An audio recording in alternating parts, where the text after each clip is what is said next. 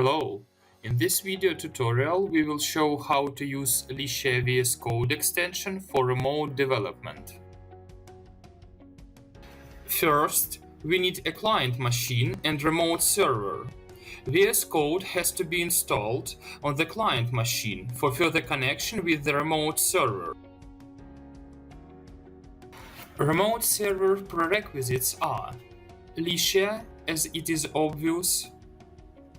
As you can see, it is installed and has some licenses enabled. SSH server has to be also installed on your remote server.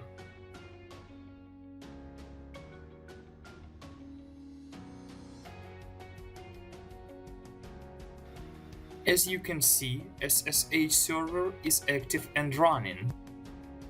And finally, you should have VS Code installed on the remote server. Also, VS Code with LVSCE VS Code extension has to be installed on the client machine. To connect to the remote server, we need remote SSH extension installed. Now we can connect to the remote server. In this case, we have connected previously. Thus, we have an IP address of the remote server in the recommendations.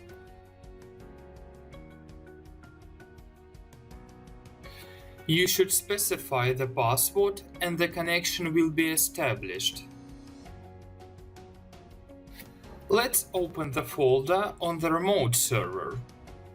We have created a small project for demonstration. As you can see, we have opened the project from the remote server on the client's computer. Now we can build remotely. As you can see, the command is executing on the remote computer. After the build command, let's perform the deploy command. All commands concerning building, rebuilding, deploying and cleaning work remotely. Debug and run commands are not implemented at the moment. They are currently under development and will be available soon. Finally, the last feature is code highlighting. LVSCE VS Code extension shows functions and some variables in different columns. Important note: if you work with the remote server, VS Code shows you which extension has to be installed on the remote server by marking them with blue labels.